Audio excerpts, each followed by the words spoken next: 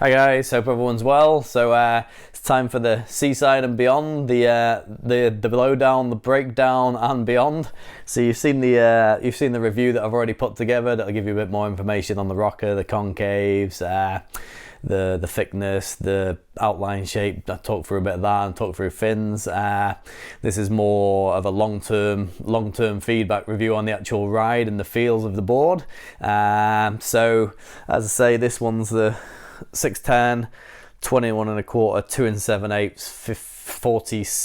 47 and a bit litres. So I went for one of the TimberTech ones, which are a chunkier board per length. So I think the normal stock 7.0 is around 42 litres. This is a 610 with 45 litres. So these TimberTech ones are built with more volume in them, which is what I wanted for a mid-length. So some of my feedback might be different for other people on the thinner models in different sizes. So take everything with a pinch of salt. But basically, I'm just going to feed you back the good points and some of the maybe less good points, depending on how you look at it and what you're trying to achieve. So what I would say is I've ridden the board in probably 1 foot through to 4, maybe 5 foot. So basically like sort of waist high all the way up to head and a bit. And that's in the local waves, which aren't, like, say, they're not mega, they're not super hollow or particularly grunty here. So they're comparable to a fairly weak wave all the way through to probably like maybe a nice point break that other people would get. We get more wally, slow rolly waves, but you do get time to do a few turns if the wave gives you enough power to do those turns. But that's basically our local wave. So in terms of a board that can do everything, that's one of the real pluses of that. I'll go through the pluses first. So it paddles really well. It's very stable, it's very intuitive, it's quite easy to ride. It's capable of covering quite a wave range. It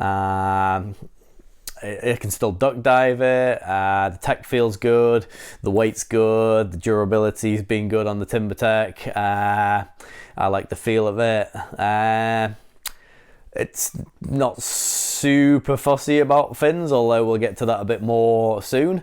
And I'd say, to be honest, the only real downside or adjustments I've had with the board is really just the turning. And again, it's not like it doesn't turn great. It does turn pretty good. I've just struggled a little bit more getting it to really sort of put a rail in and follow the same feel all the way through the turns. And I think it sometimes depends on the waves as well. But like I say, the wave range is fantastic. You can ride it in small waves, and it's got the glide and trim and stability and speed all on its own without you don't have to work it super hard. I've heard some people say on some of the smaller ones, like the 6.8s and stuff, you still have to, and obviously you don't have to really work them hard, but you have to surf them a little bit more actively. And I found this, I'm not very active with my surfing, so this suits me fine. Like, you can stand up and it's going to glide without you doing too much, or you can carve around, pump around, do what you want. It's quite responsive on that. In the bigger waves, not found it to run out of rocker. It gets in fine, it'll hold fine. I've not found the tail slide out. It's quite confidence inspiring for a fish type board. It's like, so in terms of wave range, usability, volume and everything else, it would be very difficult not to recommend it for guys that are kind of looking for a one board quiver. Is it the be all and end all of mid lengths? I wouldn't say so. There might be better options out there for you depending on what you want. If you're from more of a short board background but you want to go a little bit cruisier, or just a longer version of your short board, you're probably going to be looking at like maybe a Chili mid-strength, or like the new Pizel, or Lost Smooth Operator, or even a Lost crowd killer if you want to keep that shortboard inspiration. And then if you were looking for more the single fin retro end, you might be more into but still well performing, you might be into something like, I don't know, maybe a Christensen tracker, maybe something like the CI, but again the CI is probably more of a performance end. But on the big fish, easy to use, all round, it's like it ticks a lot of boxes. I think this is a thing with mid lengths, to be honest. If you're used to short boards and longer boards, no matter what you do with a mid length, it's not going to do everything your short board does, and it's not going to do everything your long board does. So it's kind of like they always feel like a compromise, but then the long boards are compromised to a short board in aspects, and the short boards are compromised to the long board in aspects. So it's like you're never going to get the perfect all-in-one package. Or what I would say is, when you do get a really good all-in-one package, it'll have some elements that don't light your world, basically. You know, that's just the way it is. that's kind of my opinion on mid lengths. One of my favorite mid lengths is still my Piggy from Sedana, from Jay, the local guy. Like, you know, I don't get anything for cheap or for free or any favors from Jay. I just like, it's just a really good model. So I've recommended that to people like so many times, because it's just, my one just goes so well. I just ride that as a single fin. It carves around really nice. It's easy to paddle. It carries lots of speed on the wave. Probably run out of rocker in certain conditions, but you know, for what it's made for, it just does a really good job. So yeah, see, the main downside I would probably say it's just getting the turning on this to be like consistent and get all the way around smoothly and not like catch or bog a rail. Now, fins wise, I've said this before, a lot of people love the Machado fins. A lot of my mates that ride similar boards to me love the Machado fins. I've never got on with the Machado quad fins. I've not liked them in the Seaside. I didn't like them in this.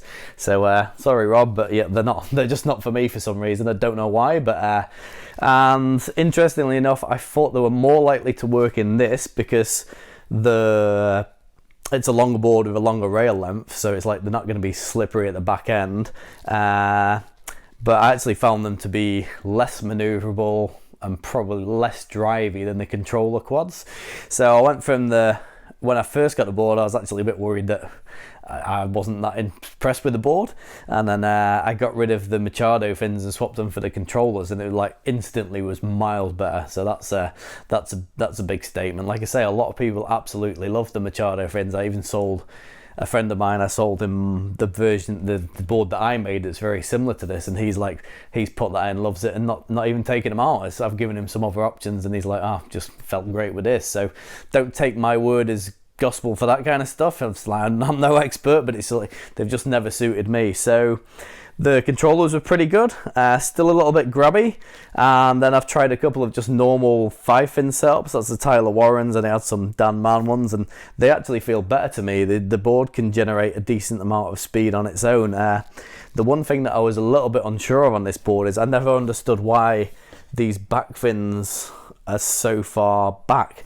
They're sort of like, they're almost halfway between where a normal quad rear would be, where I would put it if I was making a board, and halfway between that and halfway further back towards almost like where I'd expect a thruster back fin to be. So I don't know what the thinking was behind that. The Machado quads, it would make sense if you had the fins a little bit further back because it's not very deep, so that doesn't add too much grip. But yeah, I still like measuring off. I can't get my head around why the back of the quads are so close to the tail, but that's the way they are. I personally think that's one of the things that is holding back the turning slightly on this, but this might be me completely over analysing it. And like I say, don't take this as like a severe negative. Like, the board still turns like really good. It's a very easy to understand board that just does virtually everything extremely well.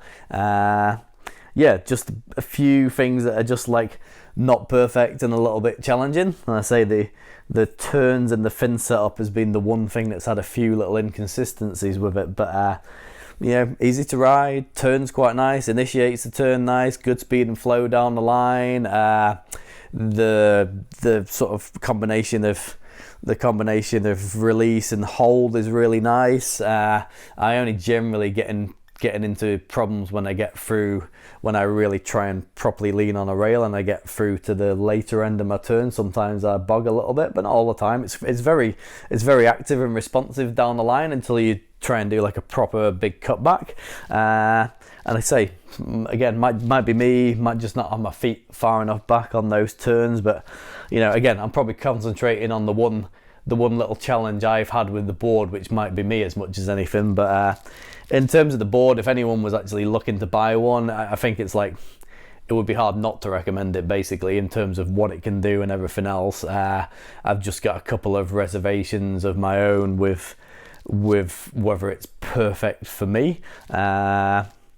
But yeah, in general, like I say, the wave range, the durability, the turnability, the intuitiveness and everything like that, it's a really good board. So yeah, sorry to ramble on for ages, but yeah, if you're looking at the Seaside and beyond, I think it's probably a very good board that would do a lot for a lot of people in a lot of conditions, and really make your surfing fun, enjoyable, easy. It'd be an excellent board for a intermediate guy that's like, you know, people like me really. If you're like an intermediate, you're into your 40s, you're finding it pretty hard, you find it harder and harder on a short board, more crowded lineups, you don't want to always be on the wrong board because the waves aren't peaky enough for your short board, or it's like you didn't really want to be on your long board and they were actually all right. You can just take this out and you're not really ever going to be on the wrong board. So yeah, that's about it. Like I say, just maybe just play around with the fins.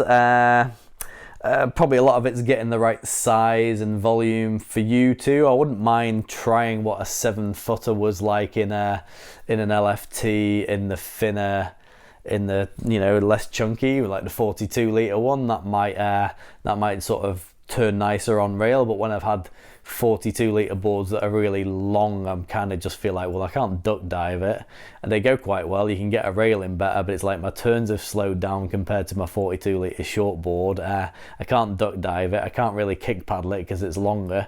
So yeah, I mean, I think this is a good combination. Like the rocker's good, the concaves are good, the rails are nice, the volume's good.